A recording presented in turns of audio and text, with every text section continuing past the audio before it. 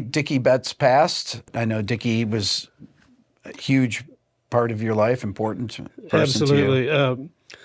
It's a really sad day losing Dickey. You know, I was a huge Allman Brothers fan from the time I was 9 years old, before I ever started playing guitar. I met Dickey around 1981 or something like that, and he was always super supportive and kind to me. We played together quite a few times when I was a kid.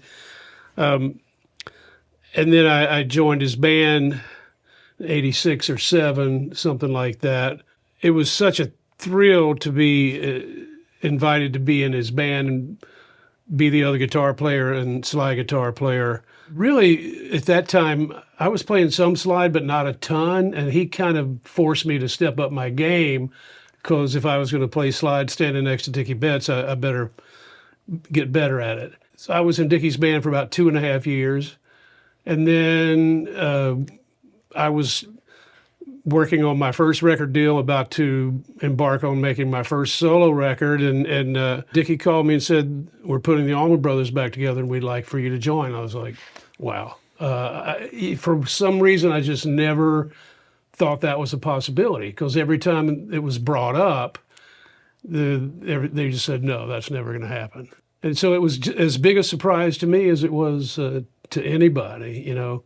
And I was like, wow, I don't even know how to respond to that. There's no way I could possibly say no to joining the Allman Brothers. So I just took all my plans and shelved them and said, all right, let's go see what happens. But at the time, it was only for a reunion tour.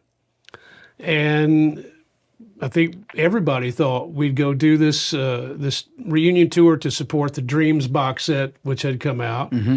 And it was so successful, not just financially, but the original musicians and the original members were getting along well.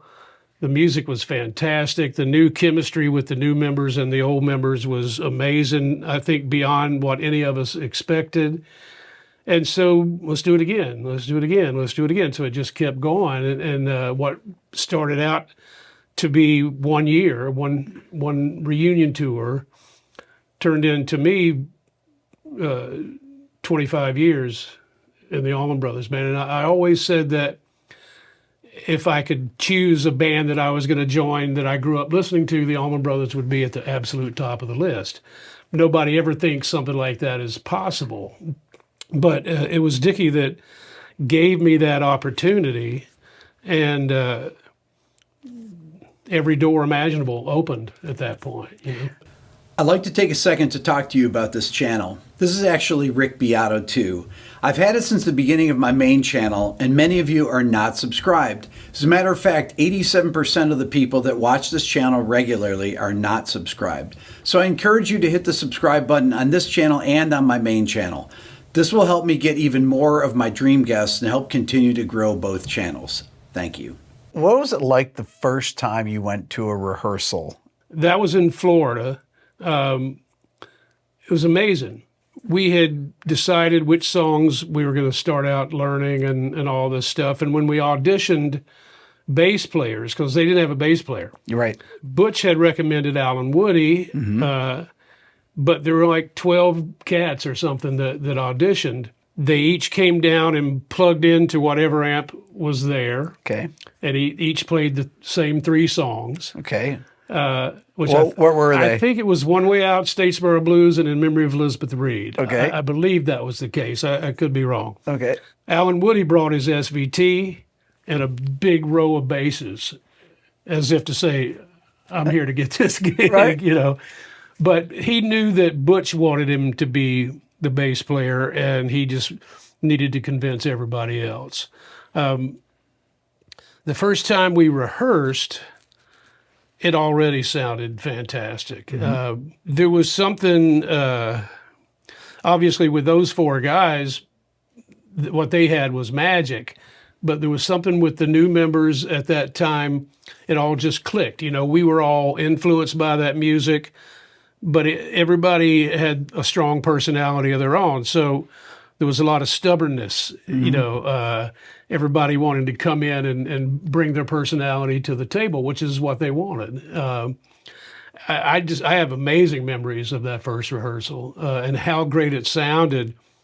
You know, I played a lot of those songs in bar bands and cover bands and stuff.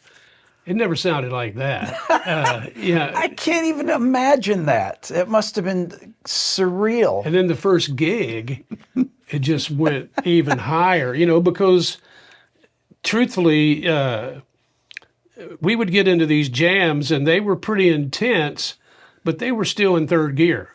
You know, we didn't switch to fourth or fifth gear until we got on stage.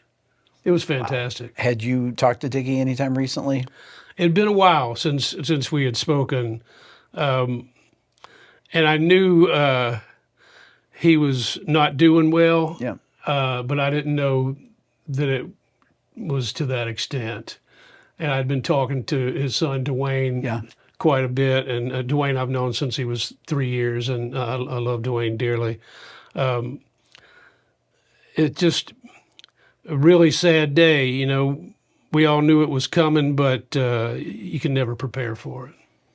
What's it like with all these people that have now passed? A lot of my life has been, I call those Forrest Gump moments. Like, did this really happen? You know, with Greg being gone and Butch being gone, of course, Woody being gone, and now Dickey, it's just it's something you can't think too hard about for too long. You just have to kind of honor the great memories and the music and the funny stuff. You know, I think with all those guys, I think about the sense of humor and stuff that was amazing.